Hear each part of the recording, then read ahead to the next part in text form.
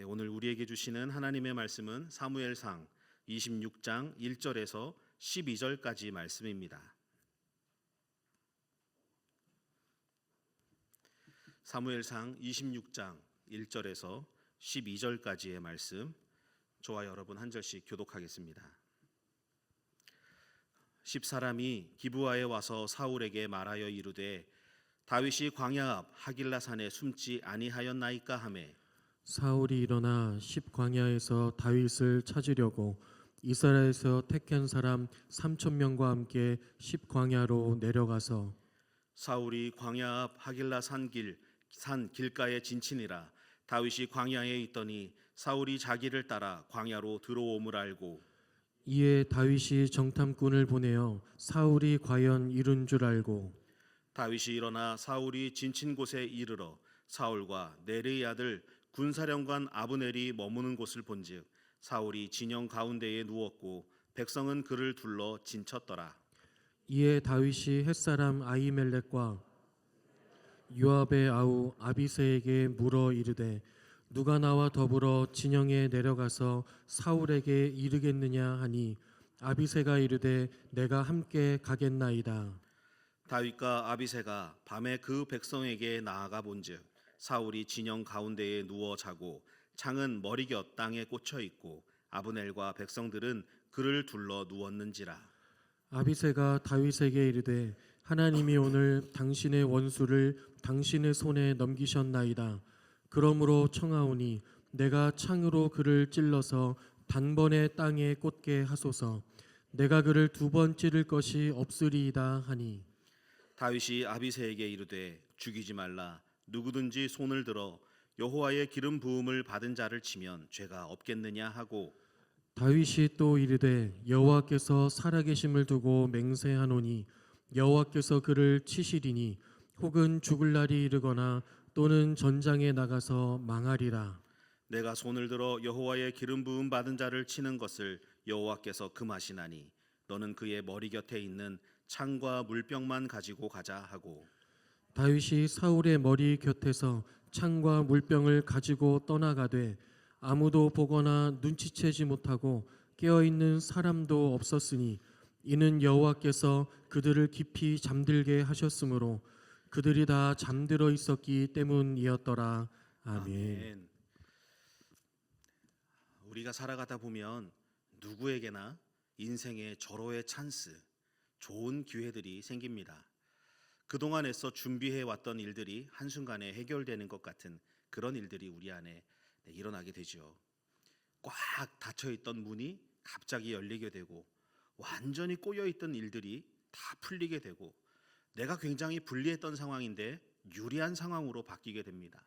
우리는 이럴 때 뭐라고 표현합니까? 우리가 흔히 표현하는 것들, 하나님이 길을 여셨다, 하나님이 푸셨다, 하나님이 도우신다, 이렇게 이야기를 하죠. 그러다가 한편으로 이런 생각이 스물스물 들어옵니다. 정말 하나님이 도우셨을까? 하나님이 길을 여셨을까? 내가 바라는 것을 하나님께서 하신 것이다 라고 생각하는 건 아닐까? 의심 아닌 의심을 하게 되죠. 오늘 본문 속에서 다윗과 아비새가 바로 그런 상황을 만나게 됩니다. 하나님께서 마치 좋은 상황을 만들어 주신 것 같은 그런 상황에서 내 뜻, 하나님의 뜻, 그 중에 어떤 것을 선택할지 시험대에 놓인 그런 상황을 보여주고 있죠. 오늘 사건은 사무엘상 24장에 나오는 엔게디 동굴 사건 이후에 일어나는 일입니다. 24장에 나오는 엔게디 동굴 사건에 사울은 다윗을 죽이려고 엔게디 동굴 근처로 왔죠. 3,000명의 군사를 데리고 엔게디 근처로 왔습니다. 그런데 그때 하필 사울은 용변이 급해서 그곳에 들어갑니다. 엔게디 동굴로 들어갑니다. 그런데 그 동굴 안에는 누가 있습니까? 다윗과 그를 따르는 사람들이 들어와 있었죠. 용변을 보려고 하는 그 사울, 옷을 다 풀어 헤치고 바지를 내리고 용변을 보는 그 모습을 생각을 하면 뒤에서 급습할 때 이 사울은 급습하는 사람들의 칼을 피할 수 없습니다. 거기 있는 사람들이 다 생각하겠죠. 아니 하필이면 이 우리가 숨어있는 굴로 들어왔네. 지금이 좋은 기회구나. 저를 죽일 수 있는 하나님이 주신 기회구나라고 생각을 하게 됩니다. 사무엘상 24장 4절 말씀입니다. 다윗의 사람들이 이르되 보소서 여호와께서 당신에게 이르시기를 내가 원수를 너의 손에 넘기리니 너의 생각에 좋은 대로 그에게 행하라 하시더니 이것이 그날이니이다. 하나님이 원수를 당신의 손에 주셨습니다. 당신 생각하고 있는 그것, 지금 당신이 생각하고 있는 그 일을 지금 이루십시오. 오늘이 바로 그날입니다. 원수를 갚을 날. 다윗 곁에 있었던 사람들이 했던 말이죠. 그 순간은 다윗뿐만 아니라 누가 보더라도 하나님이 주신 기회입니다. 그 뒤에 가서 칼을 꽂기만 하면 이 어려운 문제를 해결할 수 있는, 누가 보더라도 하나님이 주신 기회. 아무도 데리고 오지 않고 호롤단신 혼자 들어온 아주 좋은 기회. 그러나 다윗은 사람들과 있었다라고 하죠. 몇 명인지 모르지만 그를 따르는 아주 많은 사람들이 있었을 것이다 생각해 볼 만합니다. 그렇게 싸워서 충분히 이길 수 있는, 사울을 죽이기만 하면 이렇게 도망자의 신세에서 벗어날 수 있는 너무나 좋은 기회, 하나님이 이 기회를 우리에게 주셨습니다. 사람들은 막 말하기 시작하죠. 그런데 다윗은 칼을 들어 사울을 죽이지 않습니다. 사울의 옷자락만 살짝 베고 그를 그냥 살려보내죠. 다윗은 그 이유에 대해서 이렇게 말합니다. 사무엘상 24장 6절 말씀입니다. 내가 손을 들어 여호와의 기름 부음을 받은 내 주를 치는 것은 여호와께서 금하시는 것이니 이는 여호와의 기름 부음을 받은 자가 됨이니라. 다윗은 눈앞의 기회, 너무나 좋은 기회와 사람들의 말을 들음직했습니다. 누가 보더라도 하나님이 주신 기회, 사람들도 다 인정하고 있는 아주 좋은 기회. 그러나 다윗은 내 앞에 보이는 좋은 기회와 사람들의 말보다 하나님을 더 두려워했습니다. 그는 자신이 원수를 갚지 않고 하나님께 그 판단을 다 맡깁니다. 이 사건은 다윗이 왜 하나님 마음에 합당한 사람인지 불려지는 이유를 보게 하는 그런 사건이죠. 눈앞에 있는 성공보다는 하나님의 뜻을 선택했던 사람, 다윗은 그런 사람이었습니다. 그런데 시간이 조금 지나자 사울은 다시 한번 엔게디에서 있었던 그 사울과 다윗의 눈물의 회개와 용서, 화해, 이 모든 것들이 이루어지는 것 같았는데 시간이 얼마 지나지 않아 사울은 그를 용서하고 사랑하고 품고 축복했던 이 모든 것들을 다 잊어버리고 다시 다윗을 잡기 위해 3,000명을 직접 모아서 다윗이 있는 곳으로 내려옵니다. 오늘 본문이 바로 그 두 번째 추격 사건을 기록하고 있죠. 이제는 장소가 십광야로 옮겨집니다. 하길라산 근처에서 있었던 일입니다. 이 하길라산 근처는 유다 남부 지역에 위치해 있어서 사울의 왕권, 통치권이 그렇게 강하게 미치지 않는 그런 지역이었다고 합니다. 그래서 다윗은 사울의 통치권이 미치지 않는 곳으로 도망가서 숨어 있었던 것이죠. 근데 사울이 십광야로 들어온 것을 알게 된 다윗은 정탐꾼을 보냅니다. 정말 사울이 온 것이 맞느냐? 사울이 온 것이 분명한지 확인하기 위해 정탐꾼을 보내죠. 그리고 그 정탐꾼이 돌아와서 보고합니다. 사울이 맞고 그들이 진을 치고 있습니다 라는 보고를 하게 되죠. 그 보고를 전해 들은 다윗의 행동은 5절에서 이렇게 말하고 있습니다. 다윗이 일어나 사울이 진친 곳에 이르러.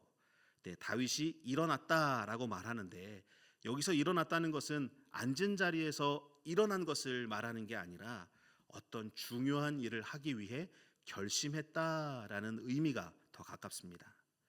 다윗은 그냥 정탐꾼을 보내는 것으로 끝내지 않고 자신이 직접 사울에게로 들어가는 것을 결심하게 됩니다.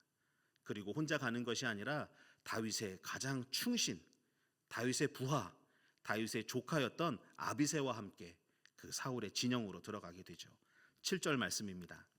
다윗과 아비새가 밤에 그 백성에게 나아가 본즉 사울이 진영 가운데에 누워 자고 창은 머리곁 땅에 꽂혀 있고 아브넬과 백성들은 그를 둘러 누웠는지라.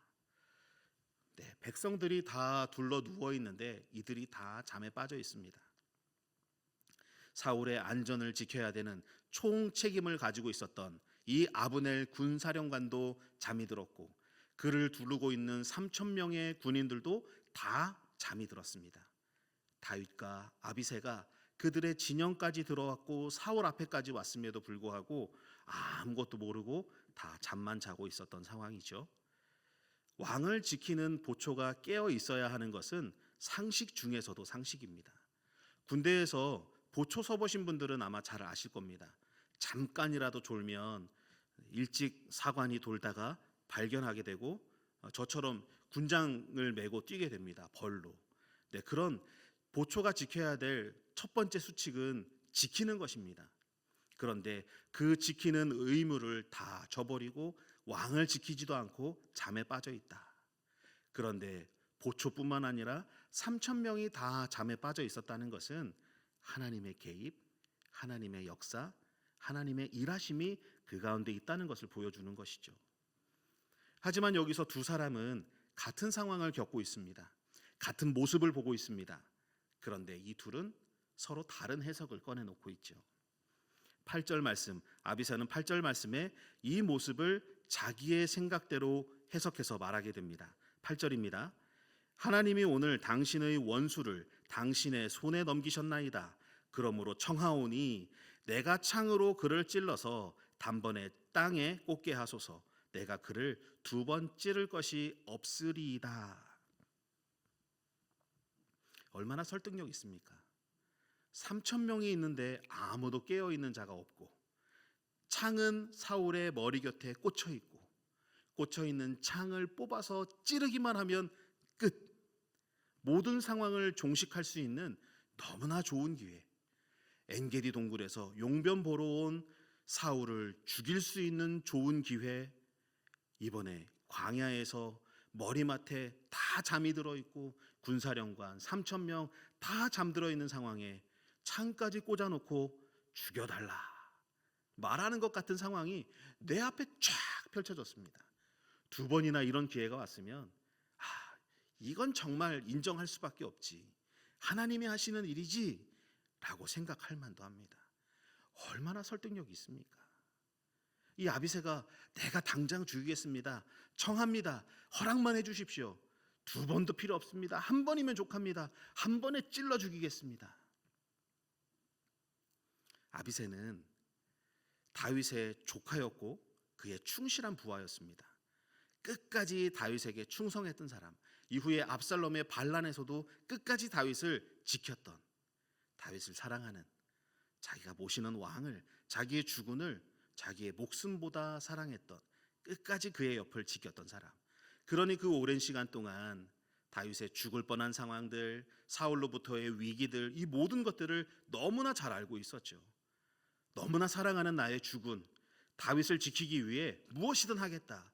그러니 사울의 진영에도 같이 따라올 만큼의 용기를 내었던 사람입니다. 사울만 죽이면 이 모든 문제가 끝나고 나의 왕, 나의 주군이 이젠 평안한 삶을 얻게 되겠지. 그 생각 하나밖에 없었습니다. 사울만 죽으면 모든 문제가 끝날 것 같은 너무나 좋은 기회, 너무나 좋은 상황이 펼쳐졌습니다. 누구도 깨지 않은 상황, 사울을 죽이기에 너무나 좋은 그런 기회가 펼쳐져 있었죠. 하나님이 길을 여셨다, 하나님이 도우신다 라고 충분히 생각해 볼 만한 그런 일입니다. 이 상황에서 아비새는 또 매우 신앙적인 언어를 하죠. 8절 말씀에 보면 하나님이 오늘 당신의 원수를 당신의 손에 넘기셨나이다. 이 말 속에는 어떤 의미가 있습니까? 사울의 생명은 이제 철저하게 다윗의 손에 있으니 당신은 마음만 먹으십시오. 당신이 마음만 먹으면 내가 죽이겠습니다. 말씀만 하십시오. 이 말이죠. 하지만 사실 그는 아비새는 그 일을 말하기 전에 그렇게 하는 것이 하나님의 뜻인지 하나님의 뜻이 아닌지를 묻지 않았습니다. 하나님의 말씀으로 그 상황에 대해서 하나님이 이루시는 일인지에 대해서도 검증하지 않았습니다. 그저 내 눈앞에 펼쳐져 있는 좋은 기회, 좋은 상황, 그 상황만 보고 판단하고 있는 것입니다. 그저 상황을 근거로 판단했고 내가 생각할 때 지금이 가장 적기고 3천 명이 자고 있는 이 상황에서 죽이기만 하면 되는데 창도 옆에 꽂혀 있는데 너무나 좋은 기회가 아닌가. 마치 나의 생각을 하나님의 생각처럼 포장하고 있습니다. 아비새는 지금의 상황을 보고 아예 결론을 딱 내립니다. 이것은 분명히 하나님이 주신 기회입니다. 이 아비새의 모습이 혹시 우리에게 나타나진 않습니까? 길이 열렸다. 닫혔던 문이 열렸다. 하나님이 하신 일이다. 하나님이 축복하셨다. 하나님이 응답하셨다. 그런데 반대로 열려있던 길이 닫히고 열려있던 문이 닫히면 우리 뭐라 합니까? 사탄이 방해하는구나. 하나님이 나를 축복하지 않으시네. 하나님 응답하지 않으셨다 라고 말합니다. 하나님이 길을 여신다 해서 그 길이 바로 이루어지고 바로 성공이 되는 일이 아닙니다. 때로 하나님이 길을 여시더라도 그 문을 여시더라도 인내로 오랫동안 기다려야 하는 길을 가야 할 때도 있습니다. 그리고 고난 속에서 계속해서 끊임없는 고난들이 나에게 몰려오는 그 길을 가야 할 때도 있습니다. 또 마음에 시험을 주는 어려운 일이 끊임없이 몰려오는 그 일들을 우리에게 주시기도 합니다. 아비새의 문제는 단순히 충동적인 행동을 해서가 아니라 자기의 열심, 자신의 충성, 내 의, 내 뜻을 이루기 위해 하나님을 이용했던 것입니다. 그는 하나님께서 다윗에게 주신 기회라고 말은 했지만 실상은 자기의 뜻을 거기에 끼워 넣었던 것이죠. 내가 보니 너무나 좋은 상황이니 이것은 하나님이 주신 거야. 완전하게 이룰 수 있는 너무나 좋은 절호의 찬스, 이런 건 하나님이 만들어 주셔야만 올 수 있는 것이지. 하나님이 하셨네. 자기의 뜻을 하나님의 뜻인 것처럼 슬며시 끼워 넣었던 아비새의 마음이었죠. 그런데 다윗은 똑같은 상황을 보면서 전혀 다른 곳으로 시선을 두고 있었습니다. 9절 말씀 보겠습니다. 다윗이 아비새에게 이르되 죽이지 말라. 누구든지 손을 들어 여호와의 기름 부음 받은 자를 치면 죄가 없겠느냐. 아비새가 좋은 기회인데 사울을 죽이겠습니다. 허락만 해주십시오 라고 했던 말에 다윗이 했던 답입니다. 사울을 죽이지 말아야 할 이유로 사울은 하나님의 기름 부음 받은 자이기 때문이다 라고 말하고 있습니다. 기름 부음 받은 자, 어떤 의미가 있을까요? 도대체 기름 부음 받았다는 것이 어떤 의미일까? 이것은 하나님께서 특별히 성별한 자, 하나님의 일꾼으로 하나님이 성별한 자라는 명예로운 호칭과 같은 사람입니다. 하나님이 특별히 선별했다. 하나님의 일을 하게 하도록 하나님이 선별한 사람.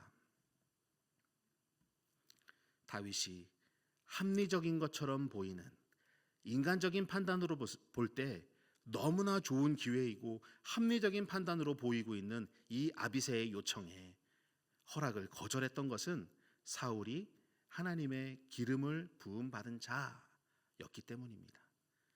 다윗은 하나님의 기름을 부은 사람을 죽이는 것은 그 사람에게 기름을 부어 왕으로 세우신 하나님의 권위를 무시하고 하나님을 대적하는 것이라고 생각했습니다.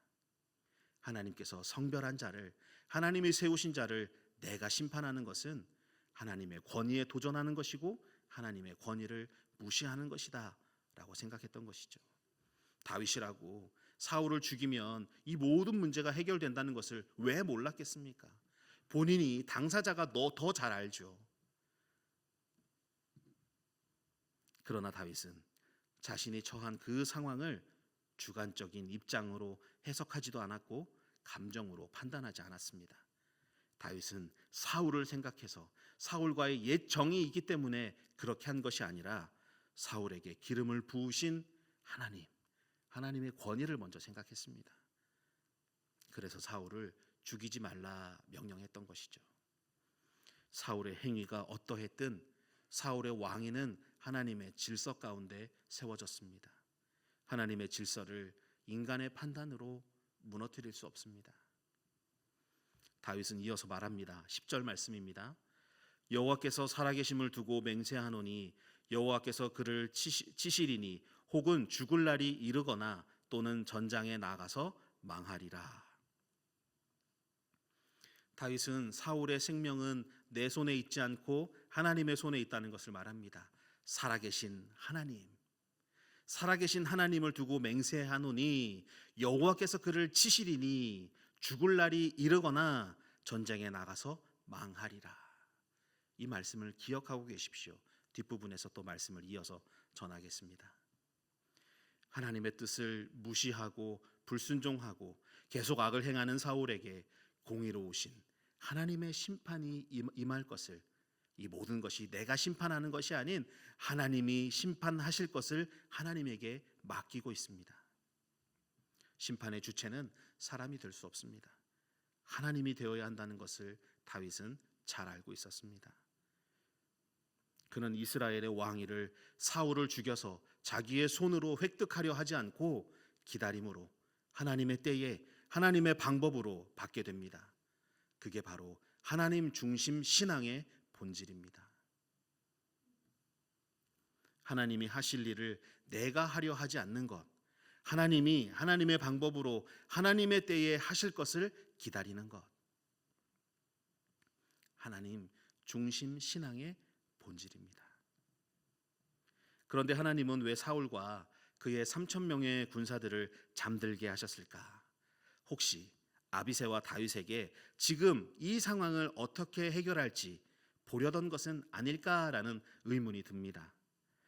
겉으로 보면 두 사람은 그 모두가 잠든 그 상황 속에서 창만 들어 내리 꽂으면 되는, 해결할 수 있는 그 상황을 놓고 둘 다 하나님의 행동, 하나님께서 하시는 일에 대한 부분을 이야기하고 있죠.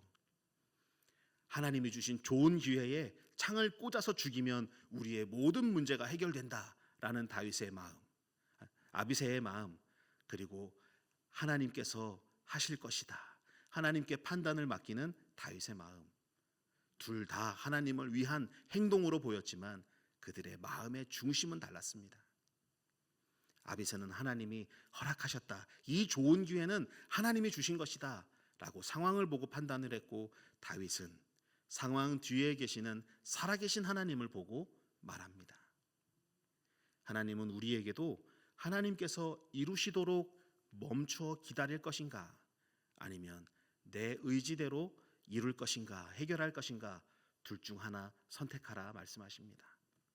이 선택은 내가 무엇을 보고 있느냐에 따라 결정이 됩니다. 결국 우리의 시선이 어디로 머무느냐에 따라서 이 행동이 좌우되게 됩니다. 멈출 수 있을 때 멈추지 못하는 사람은 자기의 욕심, 자기의 의로 사는 사람이고, 멈출 수 있을 때 멈추는 사람은 하나님을 보기에 하나님을 두려워하는 사람입니다. 우리는 아비새처럼 말할 때가 있습니다.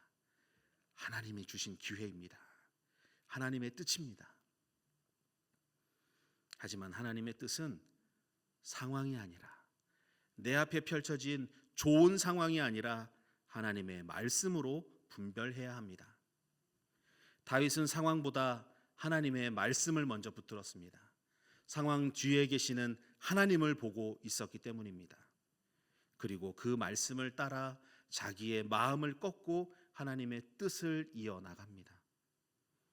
하나님의 사람은 결과보다 과정을 중요하게 생각합니다. 하나님은 우리가 빨리 성공하는 것보다 옳은 방법으로 가는 것을 원하십니다. 하나님께서 이루어 가시는 일을 늦더라도, 더디더라도, 인내하고 고통의 길일지라도 우리를 더욱더 단련시키시는 하나님이 이루어 가시는 길, 하나님이 먼저 가신 그 길을 따라오기를 원하십니다.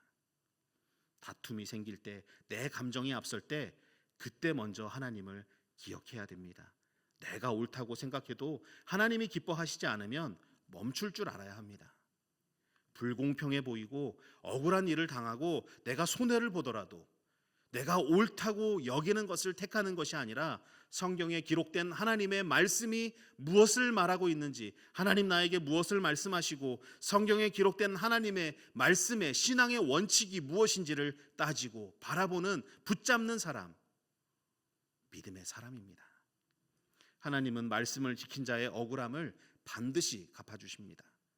사랑하는 천안천성교회 성도 여러분, 다시 신앙의 기준, 말씀이 향하고 있는 그 기준을 확인하시길 바랍니다. 내 결정에 하나님을 먼저 기억했는가? 내 선택이 하나님의 말씀의 기준에 어긋나진 않는가? 내 동기가 정직한가?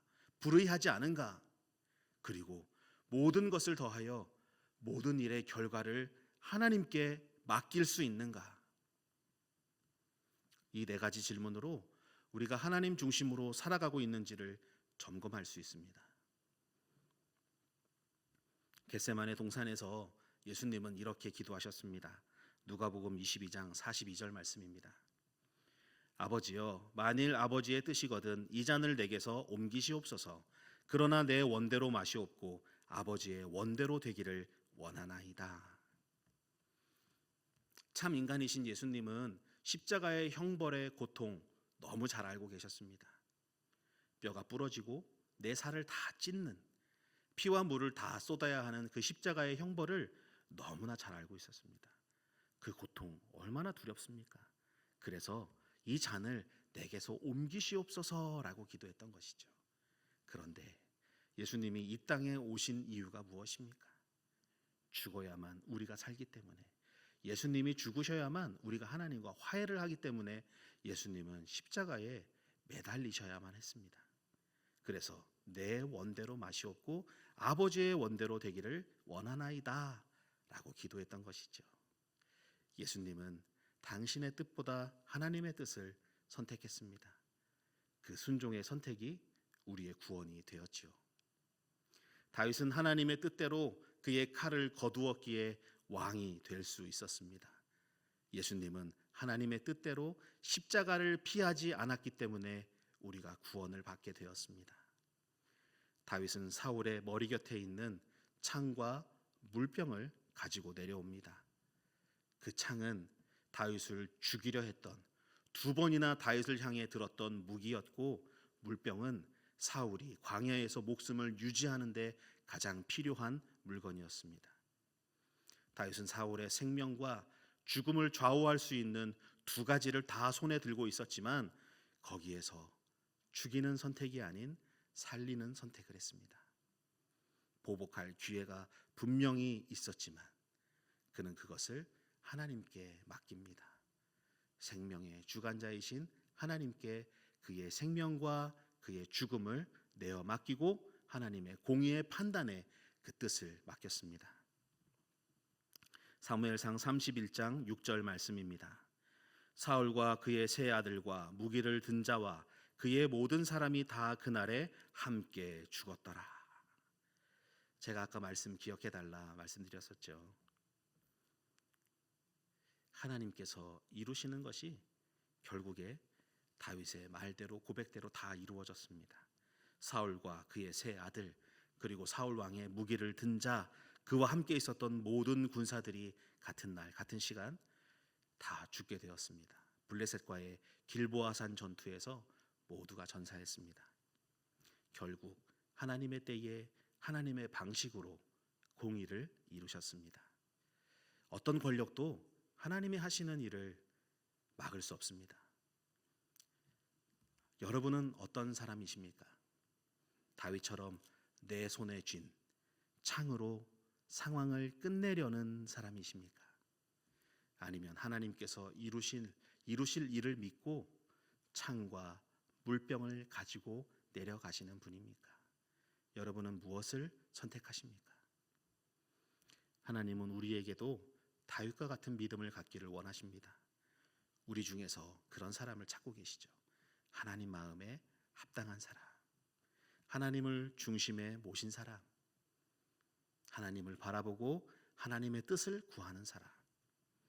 기회처럼 보이는 상황 앞에서 세상의 기준과 사람들의 말보다 하나님의 뜻을 먼저 생각하는 사람, 내 뜻을 이루기 위해 창을 드는 사람이 아니라 하나님의 뜻을 이루기 위해 하나님의 말씀을 붙잡는 사람. 여러분은 어떤 사람이십니까? 무엇을 붙잡는 사람이십니까? 부디 바라기는 여러분이 바로 그 하나님이 찾으시는 다윗과 같은 사람이 되시길 주님의 이름으로 축원합니다. 주님은 지금도 다윗과 같은 사람을 찾으십니다. 전심으로 주님을 향하는 자, 말씀을 붙잡고 내 의를 꺾고 하나님의 의가 내 삶 속에 이루어지기를 바라는 자, 창을 들고 이 상황을 하나님이 주신 것이라 여기며 하나님의 생각을 내 생각인 것처럼, 내 생각을 하나님의 생각인 것처럼 사는 자가 아닌, 하나님께서 지금 당장 좋아 보이는 기회를 그걸 없이 하시더라도 끝내 하나님께서 일을 이루시겠지, 하나님께 내어 맡기는 믿음의 삶을 사시길 하나님은 바라십니다. 사랑하는 천안 천성교회 성도 여러분, 부디 하나님이 기뻐하시는 하나님 마음에 합당한 다윗과 같은 삶을 사시길 주님의 이름으로 축원합니다.